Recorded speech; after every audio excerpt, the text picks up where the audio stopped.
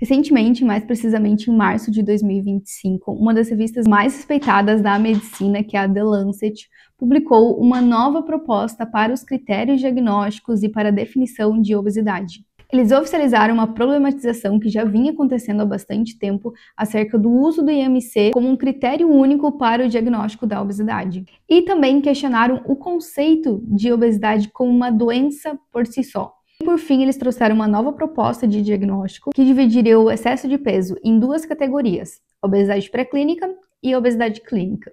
Mas calma lá, eu tô com o artigo aqui comigo e eu vou deixar o link dele na descrição também, caso você queira acompanhar para a gente destrinchar esse artigo e entender como que eles chegaram a isso tudo. Então, como que foi feito esse artigo? Por que é importante a gente saber como ele foi feito, a metodologia? Para entender que ele não é uma publicação qualquer, que ele é tão relevante para nós profissionais da área da saúde. Então, basicamente, foi reunida uma comissão de 58 especialistas nas áreas de endocrinologia, pediatria, nutrição, cirurgia bariátrica, psicologia, atenção primária à saúde, gastroenterologia e saúde pública. E aí, o interessante é que, além desses especialistas, eles incluíram também na comissão alguns indivíduos que tiveram experiência com a obesidade, seja eles mesmos foram obesos ou tiveram pessoas próximas com obesidade, para trazer também o ponto de vista desses indivíduos, para garantir que houvesse também uma inclusão da perspectiva dos pacientes também, fazendo com que o estudo ficasse ainda mais completo.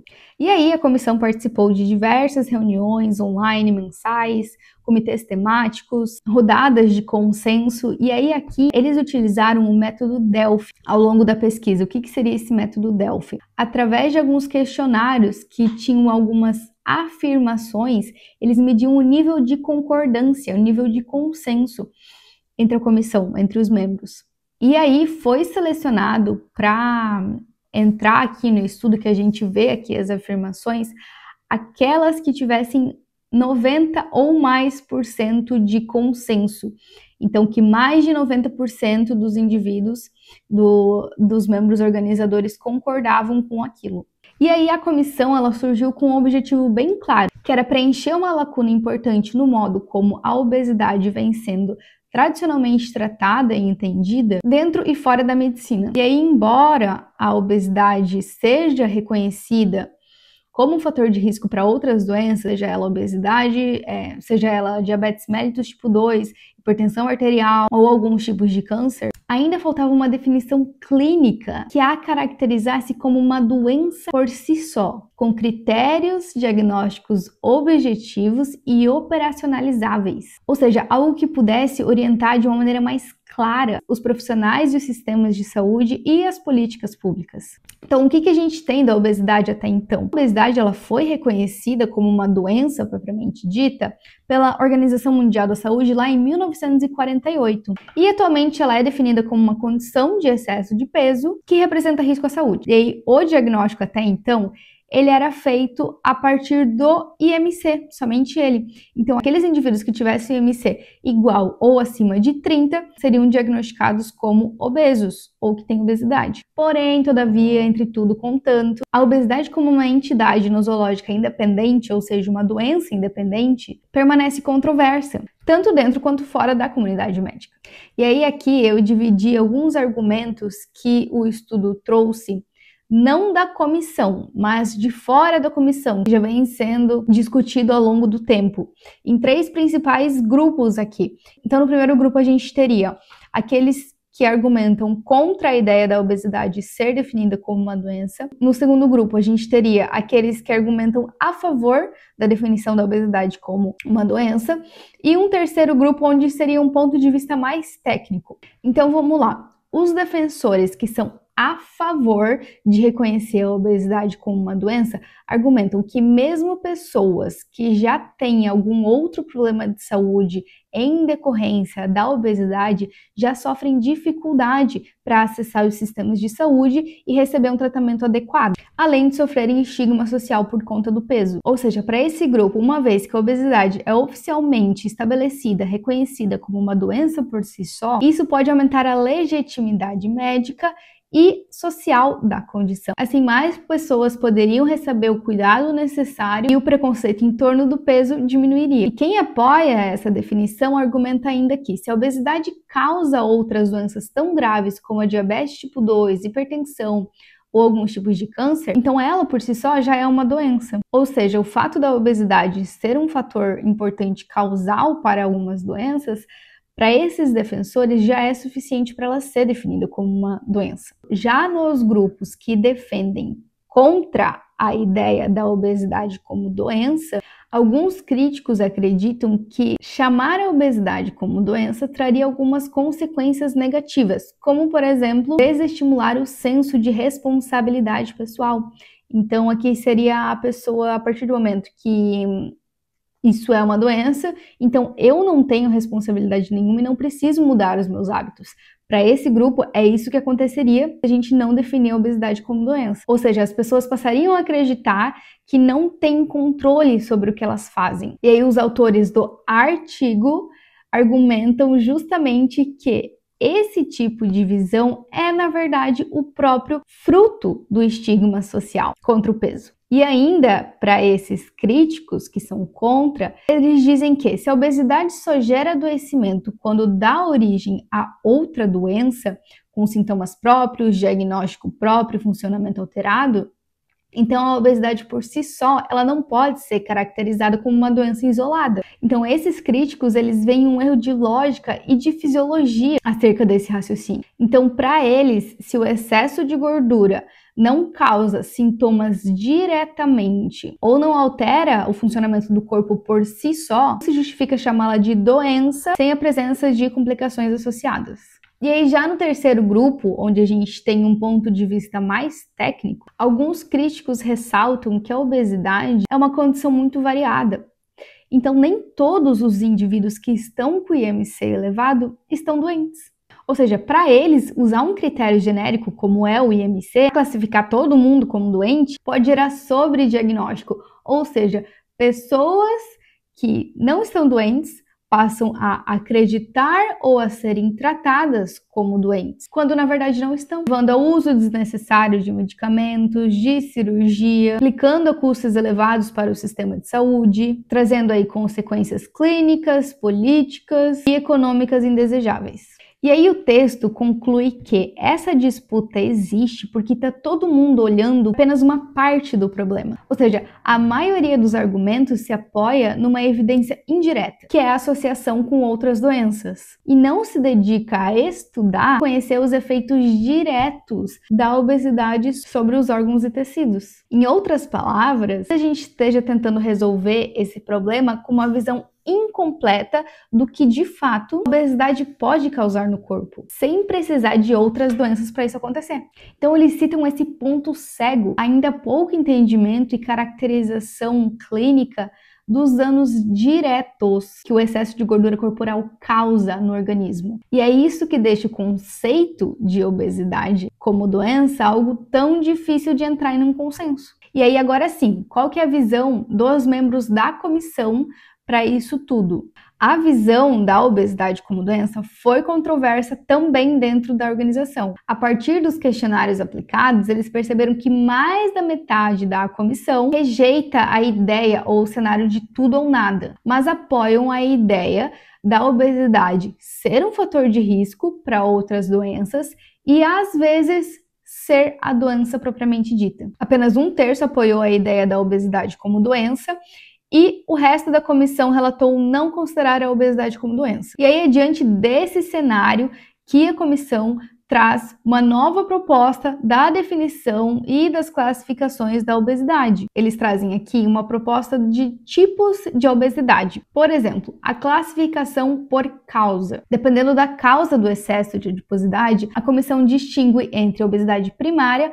obesidade secundária e obesidade genética. Sendo que a obesidade genética, ela se refere a distúrbios genéticos conhecidos, caracterizados por hiperfagia, comportamento alimentar anormal e início precoce do excesso de gordura corporal, seja ali nos primeiros anos de vida ou durante a infância. E aí alguns exemplos que eles trazem: uma deficiência congênita de leptina, a mutação do receptor melanocortina 4 ou até a síndrome de Prader-Willi. Já as formas secundárias da obesidade estão associadas a doenças e condições diversas, como por exemplo a síndrome de Cushing e o hipotireoidismo, ou até o uso de medicamentos, por exemplo, medicamentos antidepressivos, antipsicóticos, esteroides, que são medicamentos que podem causar aí um ganho de peso. Ou seja, nesses casos, o excesso de gordura está associado a outros sinais e sintomas que são típicos da condição base. E aí a obesidade primária teria causas resultantes aí ainda desconhecidas. E eles trazem que é a forma mais prevalente. Eles trazem também uma proposta de classificação fenotípica, que a princípio isso já era falado antes, que seria ali definir entre o fenótipo androide e o fenótipo ginoide, sendo o androide aquele que tem o maior acúmulo de gordura central ou visceral, que estaria mais relacionados a problemas cardiovasculares, riscos de doenças metabólicas, e a ginoide seria aquela caracterizada pelo maior acúmulo de gordura na região do quadril e coxas. E aí eles trazem também o diagnóstico do status da obesidade. Então, para reduzir o risco de erros da classificação, já que o IMC não reflete diretamente a massa de gordura, eles trazem que a avaliação clínica deve incluir medidas adicionais de adiposidade, ou seja, outras medidas antropométricas ou a medição direta da massa de gordura, para confirmar o diagnóstico de obesidade, ou seja, o excesso de adiposidade. E, claro, usando os limiares específicos de idade, sexo, etnia e tal. E aí, por conta de todo esse contexto citado anteriormente, das controvérsias acerca da definição da obesidade como doença, a comissão trouxe uma distinção prática entre obesidade pré-clínica e obesidade clínica, a fim de diferenciar os indivíduos que estivessem com a saúde preservada, que seria a obesidade pré-clínica, daqueles indivíduos que já apresentam uma doença causada exclusivamente pela obesidade, que seria a obesidade clínica. Então, a partir de agora, de acordo com a definição geral de obesidade pela medicina, a comissão concordou que a obesidade clínica deve ser definida pela combinação de um acúmulo excessivo de gordura confirmado por algum outro método antropométrico além do IMC, sendo que, aqui um adendo, aqueles indivíduos que já tiverem o IMC maior ou igual a 40, para esses já pode ser definido pragmaticamente como excesso de gordura. Mas menos do que isso, precisa ter algum outro componente antropométrico, seja a relação cintura-quadril, seja uma bioimpedância, seja a circunferência de cintura. E, além do excesso de gordura, precisa ter a presença de sinais e sintomas específicos de 1. Evidência de redução da função de órgãos e tecidos devido à obesidade. Então, precisa ter sinais e sintomas ou testes diagnósticos que confirmem, que mostrem que há alteração na função de algum órgão ou de algum sistema. E 2, limitações nas atividades diárias que refletam o impacto direto da obesidade na mobilidade do indivíduo. Então, seja a dificuldade para tomar banho, de se vestir, de caminhar, usar o banheiro, ter a capacidade de controlar voluntariamente a bexiga ou o intestino, alterações ali na alimentação, entre outros. Então, precisa ter, primeiro ponto, a confirmação do excesso de adiposidade, coisa que, para a obesidade pré-clínica, apenas isso é a obesidade pré-clínica. A gente passa a ter uma obesidade clínica a partir do momento em que o indivíduo tem uma ou as duas dessas alterações que eu falei agora. Evidência na redução da função de órgãos e tecidos e limitações significativas das atividades diárias. Ou seja, é a obesidade pré-clínica a partir do momento que não tem nenhuma dessas alterações. Só tem um excesso de gordura.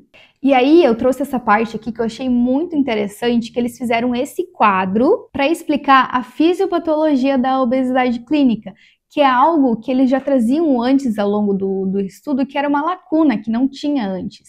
Então, em primeiro lugar, eles trazem as causas. O que poderiam ser essas causas aqui na fisiopatologia? As causas da expansão do tecido adiposo. Poderiam ser mecânicas, então uma mobilidade reduzida que contribui para o sedentarismo. Podem ser ambientais, ou seja, o acesso fácil a certos alimentos, um marketing acima de alimentos industrializados e ultraprocessados. estar em ambientes obesogênicos, coisa que é muito comum hoje em dia. As psicológicas, então o uso da comida como regulador emocional, que é algo que a gente tanto conversa aqui, o estresse crônico, histórico de dietas restritivas, olha isso, que beleza! E outros que seriam causas desconhecidas ou ainda não totalmente entendidas. No número 2, eles trazem os mecanismos de expansão desse tecido adiposo, ou seja, mecanismos fisiológicos que favorecem o aumento do tecido adiposo. Alterações na regulação homeostática da gordura corporal. Então, o corpo perde a capacidade de autorregular o peso com eficiência. Alterações no apetite, na saciedade. Então, o indivíduo perde a capacidade de sentir satisfeito e aumenta o desejo alimentar, a fome dele. No número 3, a gente tem a obesidade como fenótipo físico. Então, nesse momento é onde a obesidade ela passa a ser visível fisicamente. Número 4, a gente tem a fisiopatologia do tecido adiposo. Então, aqui seria onde o tecido adiposo começa a se comportar de forma disfuncional. Então, há o aumento da liberação de ácidos graxos livres, o excesso de gordura no corpo provoca a maior liberação de gordura na circulação, o que pode ser tóxico. Dano mitocondrial, então há um prejuízo na função energética das células, regulação das adipocinas, há um desequilíbrio de substâncias inflamatórias produzidas pelo tecido adiposo, aumento das pró-inflamatórias e diminuição das anti-inflamatórias, significando que o tecido adiposo deixa de ser apenas um reservatório de energia e passa a participar de uma inflamação sistêmica e de uma desregulação metabólica no organismo. No número 5, a gente teria a fisiopatologia sistêmica. O que é isso? É que agora os efeitos do excesso de gordura atingem o organismo por inteiro, onde há uma inflamação de baixo grau, uma lipotoxicidade, ou seja, o acúmulo de gordura em tecidos que não deveriam conter, o aumento do sistema de renina, angiotensina, aldosterona, trazendo aí uma desregulação da pressão arterial e função renal, uma atividade aumentada do sistema nervoso simpático, gordura ectópica, ou seja, o acúmulo de gordura em alguns órgãos como o coração, o fígado, o pâncreas, estresse mecânico, ou seja, aquela pressão em cima de articulações, por exemplo. Alterações hormonais, como disfunções de andrógenos, sobrecarga hemodinâmica, o aumento do volume sanguíneo e da carga cardíaca. E também uma disfunção endotelial e hipercoagulabilidade, que traz um maior risco cardiovascular e trombótico. E aí, o nível 6 seria a fisiopatologia dos órgãos. Nesse momento, já existem sinais e sintomas clínicos ou alterações nas atividades diárias, mas ainda há função orgânica preservada. Então, é o início de manifestações clínicas, que podem envolver a apneia do sono, dor articular, fadiga, dificuldade respiratória e sinais laboratoriais alterados. Apenas ali no 7 é que teríamos a disfunção orgânica, que é a obesidade clínica propriamente dita. Nesse momento é que a obesidade passa a ser considerada como uma doença, que é onde a gente tem sinais e sintomas e ou alterações nas atividades diárias. Bom, o artigo ainda traz diversas outras informações que eu quero trazer para vocês, só que vai precisar ser numa parte 2, para o vídeo não ficar muito longo. Então ele traz a relação, os efeitos do excesso de peso, do excesso de gordura, em regiões cerebrais como o núcleo accumbens, o hipotálamo, a amígdala, córtex pré-frontal. Traz também sobre a resistência à insulina e a obesidade. Então, eu quero trazer ainda a parte 2 desse vídeo voltada para essa parte que está mais relacionada ali à fisiopatologia e questões neurobiológicas. E acho importante frisar também, antes de encerrar, que com tudo isso, os autores trazem que os indivíduos com obesidade clínica, eles devem receber um tratamento adequado, em tempo hábil e baseado em evidências, com o objetivo de promover a melhora ou a remissão, se possível, das manifestações clínicas e prevenir a progressão dos danos nos órgãos, seja ele coração, pâncreas, enfim. E aí eles trazem também que as estratégias de saúde pública para reduzir a incidência e a prevalência da obesidade clínica em níveis populacionais também devem ser baseadas em evidências. Em vez de, eles colocam aqui suposições não comprovadas que culpam a responsabilidade individual pelo desenvolvimento da obesidade. Então, o preconceito e o estigma relacionados ao peso corporal são grandes obstáculos nos esforços para prevenir e tratar de maneira adequada a obesidade. Tanto profissionais da área da saúde quanto formuladores de políticas públicas devem receber um treinamento adequado para lidar com essa importante questão da obesidade. E aí, para finalizar, eu quero trocar esse quadro aqui, ó, que é o quadro do método Delphi, que eu falei antes. Então, aqui tem as afirmativas de um lado e do outro tem os níveis de concordância da comissão. E aí eu quero frisar essa daqui, ó, que eu vou ler, que teve 100% de concordância, que diz assim: ao realizar o diagnóstico de obesidade clínica, os profissionais devem reconhecer os possíveis traumas anteriores e ou o estigma que uma pessoa com obesidade pode ter vivenciado, tanto dentro dos sistemas de saúde quanto fora, na sociedade em geral. Então, olha que importante, num documento oficial como esse aqui, eles trazerem isso e uma comissão de 58 especialistas no tema concordarem em 100% nessa afirmação. Eu sei que ela parece óbvia, mas às vezes ela não é. Eu recebo direto o paciente que chega aqui traumatizada, com um médico, com um nutricionista, com seja lá qual for o profissional que deveria saber dessas coisas e que tem preconceito com o indivíduo e que fala coisas que culpabilizam ele pela condição onde ele está, do tipo, você tá assim porque você quer, você não muda porque te falta força de vontade, porque te falta isso e aquilo.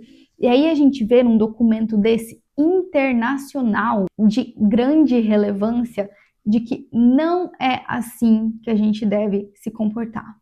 Não é dessa maneira que deve ser a nossa abordagem. Então, é isso. Eu tô bem contente com essa nova publicação. Eu acho que é um avanço, um marco muito importante aí, tanto para a área de nutrição, quanto, enfim, todos os indivíduos, todos os profissionais da área da saúde que lidam direta ou indiretamente com isso. E se você tiver ficado com alguma dúvida, manda aqui nos comentários, eu vou adorar responder no próximo vídeo, que eu vou trazer também a parte 2, ok? Espero que eu tenha conseguido explicar de uma maneira simples e eficaz. E é isso, um beijão e até o próximo vídeo.